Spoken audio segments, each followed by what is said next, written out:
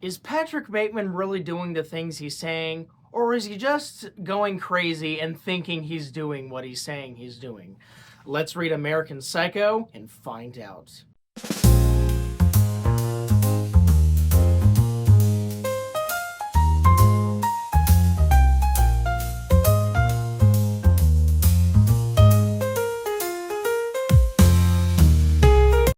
Welcome back to BG's Books. I'm Mr. BG, and today I will be reviewing American Psycho by Bret Easton Ellis. So, if of course you can't tell by the raincoat I'm wearing, this is of course what Patrick Bateman wears in both the book and the movie for American Psycho. And I wanted to do it in costume because I have this, so I just kind of wanted to put it in the video. Anyway, American Psycho is a really trippy book, you could say. It follows a man named Patrick Bateman, who is an investment banker, in the 1980s in New York, and it follows his exploits as he either murders people or loses his mind as he says he murders people. But anyway, yeah, as I said, this book is just very trippy. It's so weird. You don't know what's happening. Stuff changes all the time. So anyway, it is just a really weird book. And I guess to explain how weird it is, I guess I should actually explain what American Psycho is all about.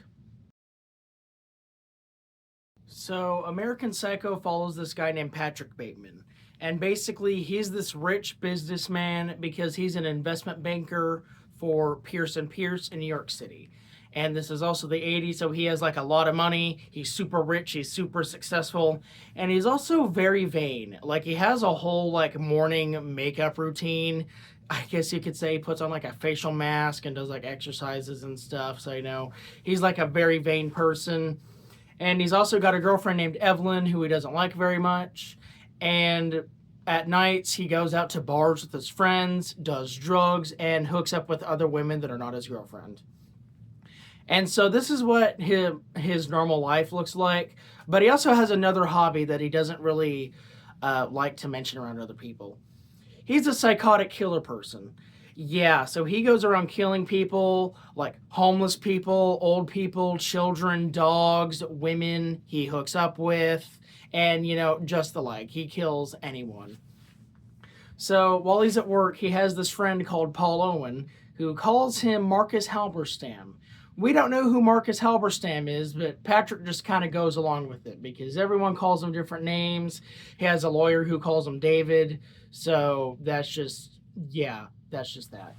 So anyway, one day he has dinner with Paul Owen, and because Paul Owen, I guess, annoyed him or something, he just decides to axe him in the face. Yeah, he puts on this clear raincoat like the one I'm wearing, grabs an axe, and just kills Paul Owen and stuff.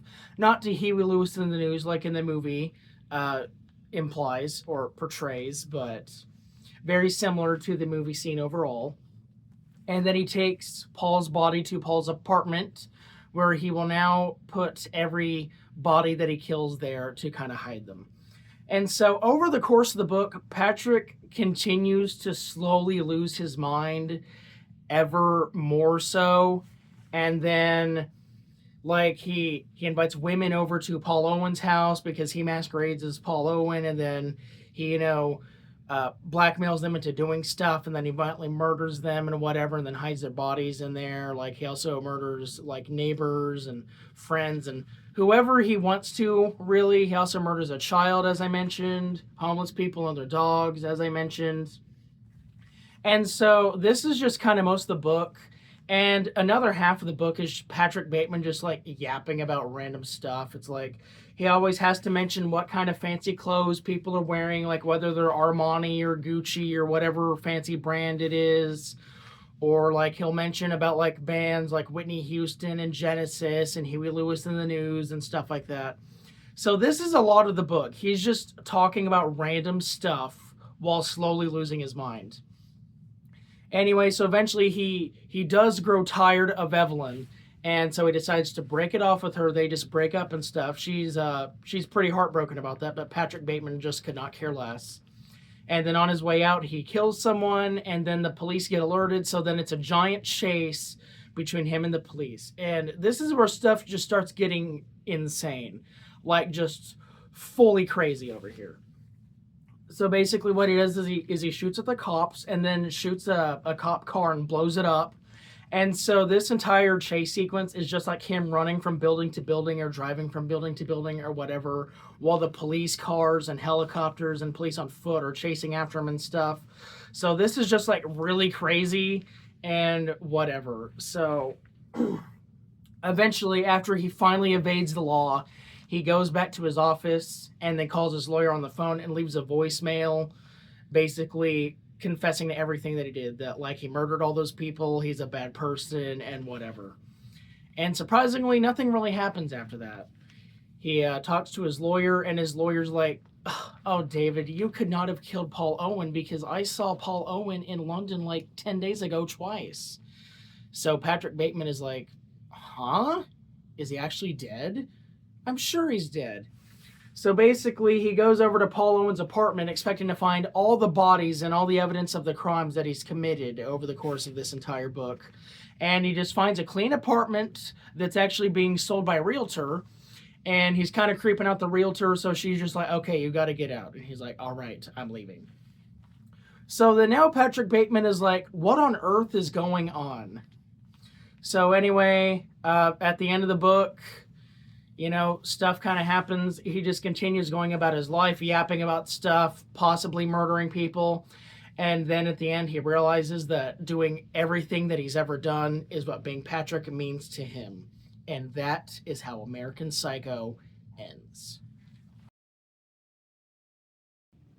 So overall, how do I feel about American Psycho?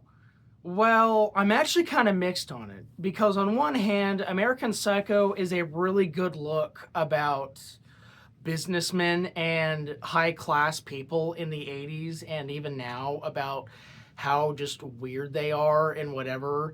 It's supposed to say something about society, which I get the message, but this book is just kind of all over the place. And it's like, I didn't mention this in the actual summary, but like there are parts where Patrick Bateman just like carries bloody sheets to the laundromat and just like no one bats an eye and no one cares. So that starts to play into the idea of, is this actually happening or is it just in Patrick's head? And the book never gives a solid answer, which I actually think is kind of pretty smart, because it's up to the audience's interpretation on whether or not they want things to be true or not. Because Patrick Bateman is a very sick individual, of course. He's the American Psycho, so he like kills people and whatever. But we're left wondering if he actually is the killer or if he was just imagining all those killers and we're just reading his inner thoughts like it's him telling the story, but we just don't actually know what's going on. And I think it's very interesting. I would also say that American Psycho is kind of like Moby Dick in some ways, because there's kind of a lot of just rambling about just nothing for a long time. And then when the action gets going, it really does get going. But I wouldn't say it's quite as slow paced as Moby Dick, but it certainly does have its slower moments.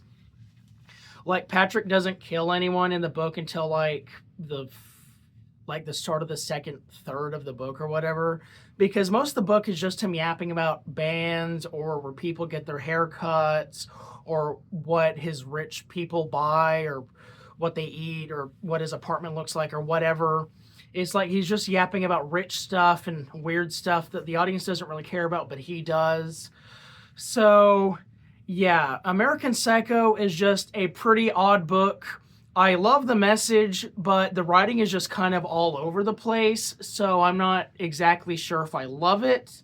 I certainly like it, so don't get me wrong about that. I like it, but I don't know if I love it, is what I'm saying, because it's just all over the place, and it certainly makes you question reality, because, like I said before, this book is really trippy, and that is like the best way I can describe it. It is a trippy book that doesn't make sense, and it makes you question reality. So yeah, it was certainly an interesting reading experience, and I definitely want to reread it, not just because I enjoyed it and I want to read it again, but also so that I can pick up on any minor details I missed the first time around that I read it. So I'll definitely be interested in doing that in the future. But anyway, yeah, I just thought this book was really weird, and so have a lot of other people, including Bret Easton Ellis himself. He basically said in an interview that the book is very shallow, it's very surface level, the characters aren't that interesting, it's just a look at society or rich society in the 80s through a comedic lens. And that's really all it is to him. He doesn't really like love it or hate it or anything, at least from what I found, but it seems that he just acknowledges that his book is very strange and that not everyone will get it. But anyway, so yeah, that is American Psycho. It is such a trippy mess of a book, but it has a lot of charm to it, you know. But yeah, society is definitely weird, especially high society like the one that Patrick Bateman lives in. And I definitely think that... Okay, actually, here's my theory. I believe that maybe some of the stuff that Patrick Bateman did was true, but most of it was in his head. Like the Paul Owen dying, I think that was in his head. But like towards the end of the story, I forgot to mention this, he gets in a cab and the cab driver kicks him out because he killed the cab driver's buddy. That was real. Yes, that was actually real. So I believe that Patrick Bateman's mind is kind of 50-50 in this. A lot of the stuff in this book is untrue, and some of the stuff is actually true that happened. And then also there's like a weird moment where Patrick is running from the police through like those buildings and stuff, where he just switches from first person to third person, just like randomly in the middle of a sentence, which is just so weird. Yeah, as I said, this book is very trippy. But anyway, yeah, that's American Psycho, just a very trippy book and possibly one of the trippiest books I've ever read. So go read American Psycho. But yeah, guys, I hope you guys enjoyed the video. If I seemed like I was just kind of talking randomly at all throughout the video, I do apologize for that. I just kind of didn't really know what I was doing at all. The book is just very confusing, and so my thoughts were kind of confusing as well. So I apologize for that if that confused any of you. But anyway, yeah, that is the end of the video. American Psycho is just a really weird book and a really weird movie as well. But anyway, if you like this video, be sure to like and subscribe. I am still on the train to 300 subscribers, so please help me get there if you would like me to get 300 subscribers. But anyway, in the meantime, oh, my favorite song, Ride in the Triangle by Jimmy Louise and the Decrepits. Oh yeah, this song just gets me in the mood. Oh, editor. Yo, what are you doing? Editing today's review. Wait a minute, how is that possible? Shut up! Oh well, it doesn't matter. You gotta die. Just die! This is what you get for editing my last video!